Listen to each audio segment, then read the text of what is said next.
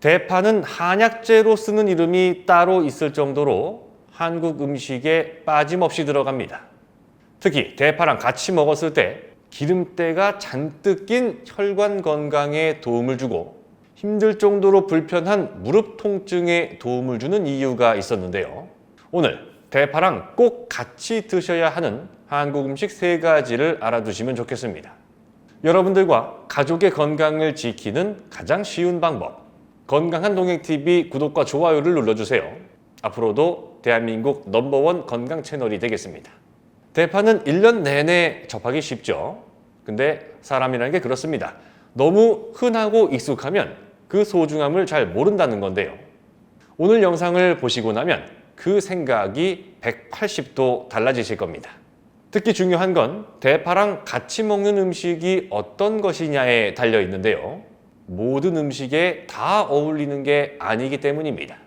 대파랑 같이 먹었을 때 지긋지긋한 통증 완화에 도움 주는 음식이 있습니다. 프랑스에서는 이것을 두고 땅 속의 사과라 부르기도 하는데요.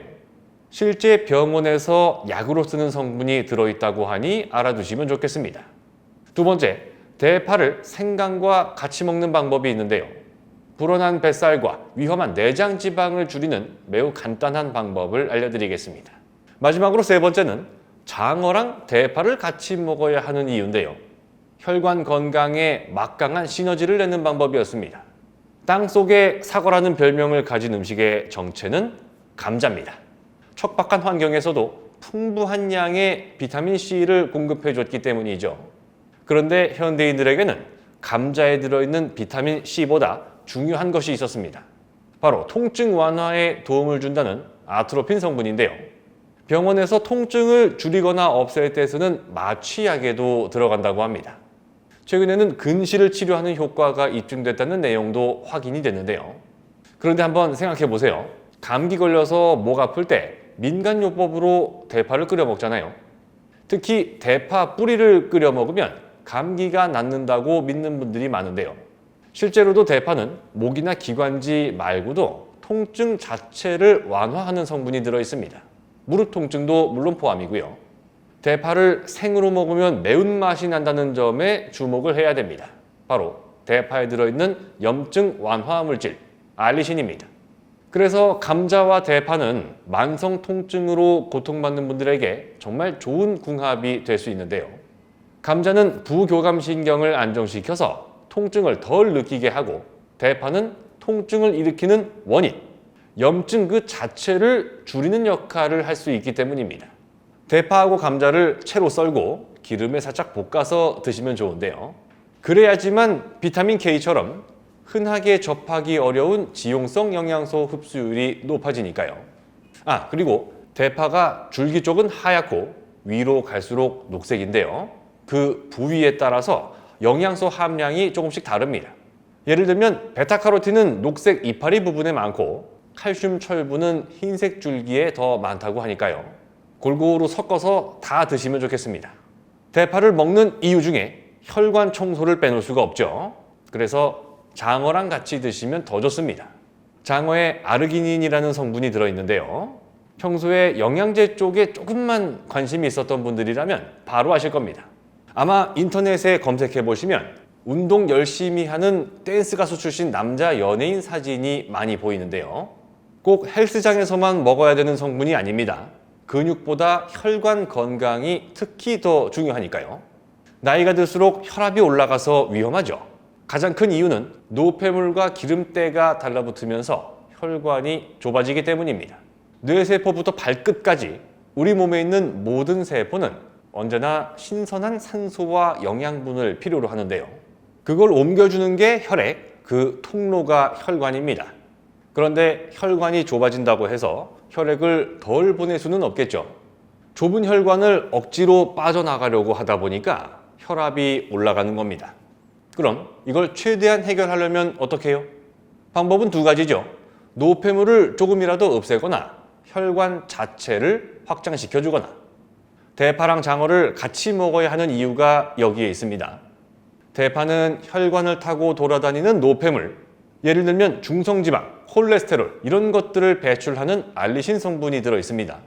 장어에 들어있는 아르기닌은 혈관을 확장시키는 역할을 한다고 알려져 있죠.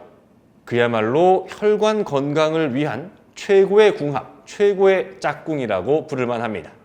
대파 장어구이는 집에서도 누구나 쉽게 만드는 최고의 혈관 건강 요리가 될 수 있습니다. 프라이팬에 기름을 아주 살짝만 둘러준 다음에 돌돌 말리지 않도록 이쑤시개로 고정시킨 장어를 굽다가 반쯤 익었을 때 대파도 같이 넣고 구워주는데요.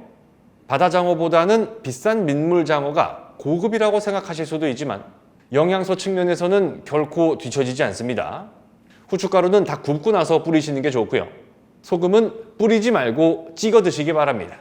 구울 때 뿌려서 간을 하면 쓸데없이 나트륨을 많이 먹게 되니까요. 그런데 말이죠. 장어 얘기를 들으면서 한 가지 의문점이 드는 분들도 계실 겁니다. 장어 하면 생각나는 건 생강인데 대파랑 같이 먹으면 좋은 세 번째 최고의 궁합이 생강입니다. 대파랑 생강을 넣고 차를 끓여 드시면 내장 지방을 줄이는 데 도움을 주는 걸로 유명한데요. 그게 다 이유가 있었습니다. 대파에 들어있는 비타민 P부터 살펴볼 필요가 있는데요. 비타민은 크게 나눠서 13가지 종류로 나뉘는데 주로 챙겨 드시는 건 알파벳 앞쪽이죠. 비타민 C, A, D, B 대략 이런 순서가 아닐까 하는데요. 그런데 뒤쪽으로 가면 비타민 P라는 것도 있어요. 순서가 뒤에 있다고 중요하지 않은 게 절대로 아니라는 겁니다. 비타민 P는 피가 잘 안 나게 하기도 하지만 내장 지방이 만들어지는 재료가 되는 혈중 중성 지방을 분해하는 것으로 전해집니다. 비타민 C가 덜 파괴되도록 도와주는 일도 하죠. 내장 지방 감소에 도움 주는 성분이 생강에도 들어 있습니다. 다른 채소에서는 좀처럼 찾아볼 수 없는 생강만의 독특한 성분. 진저롤이 그 주인공인데요. 세균도 잡고 바이러스도 억제하는 진저롤은 중성지방 수치도 잡아줍니다. 대파랑 생강은 요리할 때 같이 들어가는 경우도 정말 많은데요. 제일 쉽게 먹는 방법은 대파 생강차입니다. 가급적이면 꿀이나 설탕도 빼고 끓는 물 1.5리터에 잘 씻어서 썰어 넣은 생강 한 줌, 거기에 대파는 큼지막하게 썰어 놓고 약한 불로 30분 정도 끓여두고 드시면 되는데요. 여기서 중요한 게 하나 있습니다. 대파 뿌리도 꼭 같이 끓여주세요. 총백이란 한약재로도 쓸 만큼 좋은 성분이 많이 들어있기 때문인데요. 대파 뿌리 달인물은 천연 감기약으로도 쓰여왔다는 거 아실 겁니다. 혈전 생성을 막아주는 알리신 성분이 몰려있는 데다가 폴리페놀 성분은 줄기보다 2배나 더 많이 들어있다고 합니다. 절대 버리지 마시고 흐르는 물에 잘 씻어서 같이 끓여 드시면 좋겠습니다. 둘 다 혈당 조절에 도움 주는 건강식품이니까 당뇨 예방 효과도 기대를 해볼 수 있겠죠. 오늘은 대파를 가장 건강하고 맛있게 먹기 위해 어울리는 3가지 음식에 대해 알아봤습니다. 건강하고 깨끗한 몸을 위해서 꾸준히 챙겨 드시면 좋겠습니다. 영상 끝까지 시청해 주셔서 정말 감사드리고요. 부디 여러분들께서 앞으로 맞이하시는 모든 날들이 건강한 하루하루가 되시기를 진심으로 바라겠습니다. 고맙습니다.